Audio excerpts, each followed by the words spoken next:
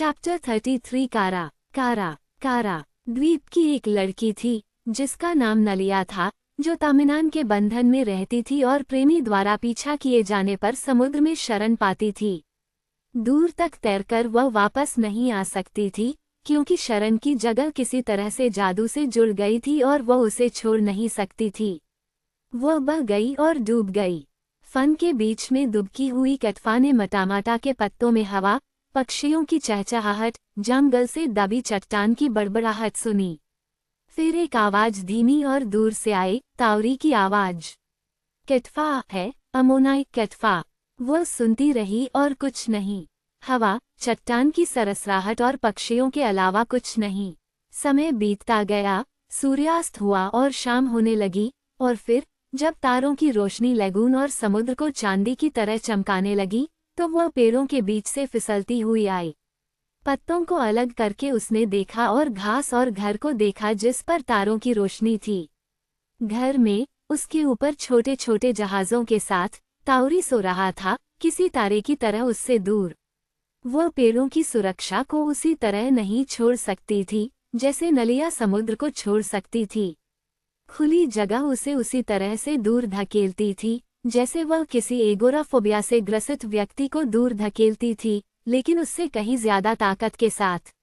वह हमेशा के लिए जंगल से बंधी हुई थी। पुराने रोमांस में हम चुड़ैलों और काले जादू से मंत्रमुग्ध महिलाओं के बारे में पढ़ते हैं।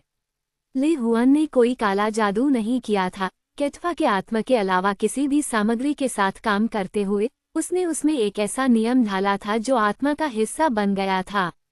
जुनून उस नियम से लड़ नहीं सकता था या उसे तोड़ नहीं सकता था। कुछ भी उसे तोड़ नहीं सकता था सिवाय आत्मा से ऊपर की किसी चीज के, जो अभी भी उसकी अभी भी अस्पष्ट आत्मा में पूरी तरह से मौजूद नहीं थी। वह अब अपने साथी से अलग रखे गए जानवर की तरह झुकी हुई थी। उसकी आंखें घर पर टिकी हुई थीं।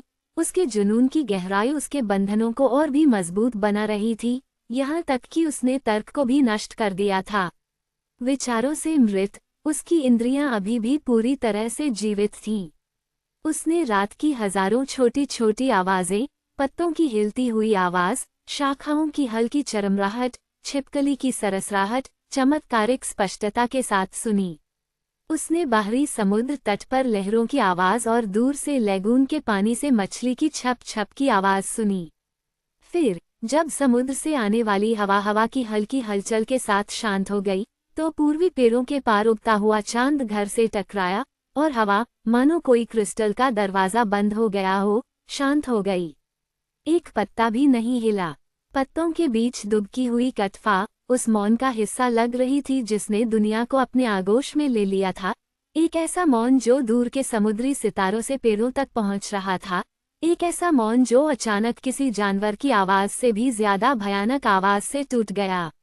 अचानक रात के नितांत सन्नाटे के बीच वह आया, चीखता हुआ, बुदबुदाता हुआ, दहाड़ता हुआ, दूर पूर्वी समुद्र तट से पेड़ों के बीच गूंजता हुआ, पक्षियों को चीखते हुए झुंडों में उठाता हुआ, चट्टान पर बसे हुए गल्स को जगाता हुआ। वह उस ध्वनि को पहचानती थी। ये लंबाई शंख की ध्वनि थी, कैरोलिन का महान शंख, जो केवल युद्ध के लिए बजाया जाता है। हम आ गए हैं, शंख चिल्लाया। लंबी डोंगियां दक्षिण से आई हैं। कारा कारा कारा, युद्ध युद्ध युद्ध।